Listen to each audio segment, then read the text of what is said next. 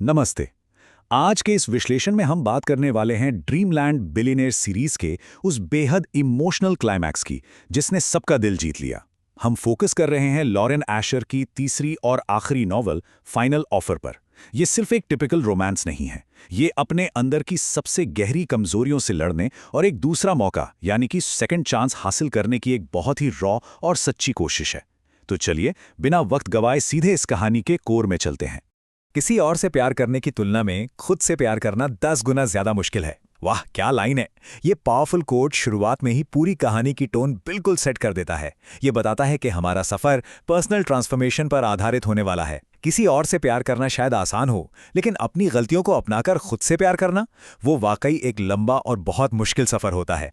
आगे बढ़ने से पहले थोड़ा सा पिछला कॉन्टेक्स्ट एस्टैब्लिश करना जरूरी है। बात करते हैं पूरी ड्रीमलैंड बिलियनेयर सीरीज और उन करोन भाइयों की। ये पूरी सीरीज केन परिवार के 3 भाइयों के इर्द गिर्द घूमती है। उनके दादा के निधन के बाद उनकी वसीयत में एक बहुत ही इंटरेस्टिंग शर्त रखी गई थी। हर एक भाई को अपनी विरासत पाने के लिए कुछ खास टास्क्स पूरे करने थे। पहली 2 किताबों में हमने रोवन और डेक्लन की कहानियां देखी जिन्होंने अपनी शर्तें पूरी की, लेकिन अब बारी है तीसरी किताब की। फाइनल ऑफर फोकस करती है सबसे छोटे भाई कालाहैन और उसके बचपन के प्यार अलाना पर। अब यहाँ एक बहुत ही दिलचस्प बात है। बाहर से देखने पर यह बिल्कुल एक आम बिलियनेयर रोमांस लगता है, वही फर्स्ट प्रॉक्सिमिटी, सेकंड चांस और अमीर लड़का। लेकिन इसकी मूल थीम बिल्कुल अलग और गहरी है। ये कहानी नशे की लत से निपटने, एक अकेले बच्चे को पालने की चुनौतियों और अपनी सेल्फ वर्थ को पहचानने जैसे गंभीर मुद्दों पर खुलकर बात करती है। तो चलिए इन दोनों मेन कैरेक्टर्स कालाहैन और अलाना की दुनिया में चलते हैं और इनको करीब से जानते हैं। सीरीज की पहली किताबों में हमने थीम पार्क्स और फैंसी ऑफिसेज देखे थे, पर यह आखिरी किताब हमें वहां से निकालकर एक शांत, नॉस्टैल्जिक लेक विस्टीरिया के लेक हाउस में ले जाती है। और यहीं हमारी मुलाकात होती है कैलाहैन केन से।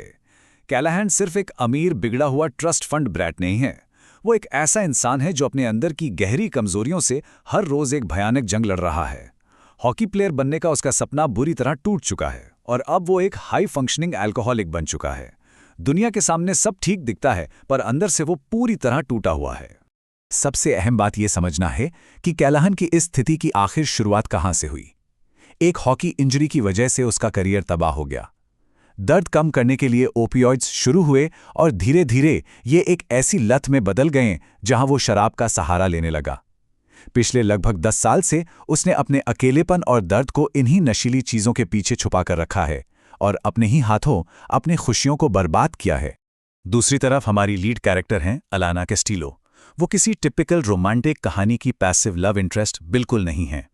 अलाना को अगर एक शब्द में डिस्क्राइब करना हो तो वो है मजबूत।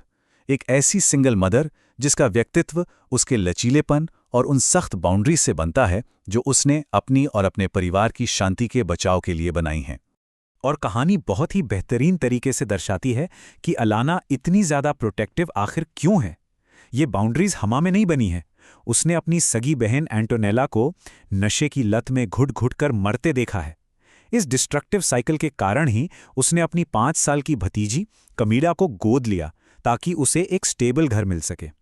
यही वजह है कि नशे से जुड़ी किसी भी चीज को लेकर उसकी बाउंड्रीज पत्थर की लकीर हैं। अब कहानी में एक बड़ा ट्विस्ट तब आता है जब इन दोनों को अपने अतीत का सामना करना पड़ता है। टेंशन तब शुरू होती है जब दादा की वसीयत इन दोनों को गर्मियों के मौसम में एक ही लेक हाउस में रहने पर मजबूर कर देती है। अगर हम इनकी हिस्ट्री पर नजर डालें तो ये वाकई एक इमोशनल रोलर कोस्टर रहा है। सफर शुरू हुआ था बचपन के दोस्तों के रूप में, फिर वो दोस्ती टीनेज रोमांस में बदल गई, लेकिन ठीक 6 साल पहले अपनी लत और डिप्रेशन के चलते कैलाहैन ने अलाना का दिल बुरी तरह तोड़ दिया और अब वसीयत ने इन दोनों को वापस आमने सामने खड़ा कर दिया है। जैसे जैसे गर्मियों का वक्त आगे बढ़ता है, हमारा ध्यान शिफ्ट होता है कहानी के सबसे रॉ हिस्से पर, नशे की लत और उससे सुधार। ये प्लॉट बहुत खूबसूरती से दर्शाता है कि रिकवरी कोई स्ट्रेट लाइन नहीं होती। खोया हुआ विश्वास सिर्फ खोखली बातों से वापस नहीं आता। इसे वापस पाने के लिए ठोस एक्शंस लेने पड़ते हैं। कैलाहैन के लिए इसका मतलब था अपनी मर्जी से रिहैब जाना, एक स्पॉन्सर ढूंढना, हर दिन नशे से दूर रहकर अपना डेडिकेशन साबित करना और बिना किसी शर्त के अलाना के लिए बेकरी की जगह खरीदकर उसके सपने पूरे करना। यहां दिखाया गया है कि एक्शंस वाकई शब्दों से ज्यादा लाउड बोलते हैं। और इन्हीं छोटे छोटे एक्शन से शुरुआत होती है एक नए रिश्ते की और सबसे जरूरी एक नए परिवार के निर्माण की। कहानी का रोमांस सिर्फ 2 लोगों तक सीमित नहीं रहता। इन सभी इमोशनल उथल-पुथल के ठीक 3 साल बाद का वक्त आता है और तब आता है इस कहानी का सबसे बड़ा इमोशनल क्लाइमैक्स, जब छोटी कमीला ऑफिशियल तौर पर कैल के पास आती है और उससे खुद को गोद लेने के लिए कहती है। ये पल वाकई गूज़बम्स ले आता है।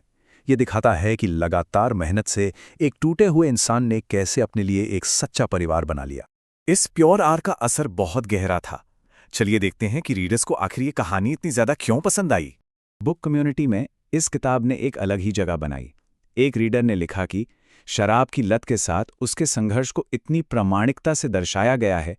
एक मेल प्रोटैगनिस्ट को इतनी कमजोरी के साथ देखना अच्छा लगता है। और यही सच है, एडिक्शन को यहाँ बिल्कुल भी ग्लैमराइज नहीं किया गया। एक अमीर कैरेक्टर को उसके डर और मेंटल हेल्थ स्ट्रगल्स के आगे बेबस दिखाना एक बहुत ही बोल्ड कदम था। दूसरी तरफ अलाना के कैरेक्टर ने भी दिलों में जगह बनाई।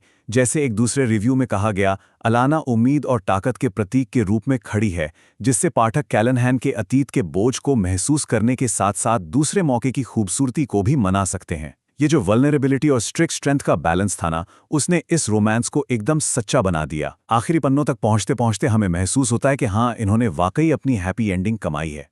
इस चर्चा को रैप अप करने से पहले एक बेहद जरूरी और थोड़ा सा चिंतन करने वाला सवाल उठना लाजमी है।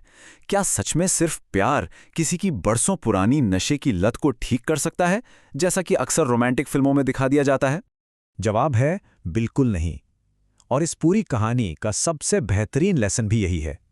प्यार किसी को बदलने की मोटिवेशन तो जरूर दे सकता है, लेकिन आखिर में खुद की जिम्मेदारी लेना, डेली एफर्ट्स डालना और हर दिन खुद को बेहतर बनाने का डेडिकेशन ही एकमात्र ऐसा रास्ता है जो किसी को सच्चा सेकंड चांस दिला सकता है। कैलाहन और अलाना का सफर ठीक यही साबित करता है। आज की इस चर्चा को हम यही विराम देते हैं। उम्मीद है इस विश्लेषण ने इस कहानी को देखने का एक नया और गहरा नजरिया दिया होगा।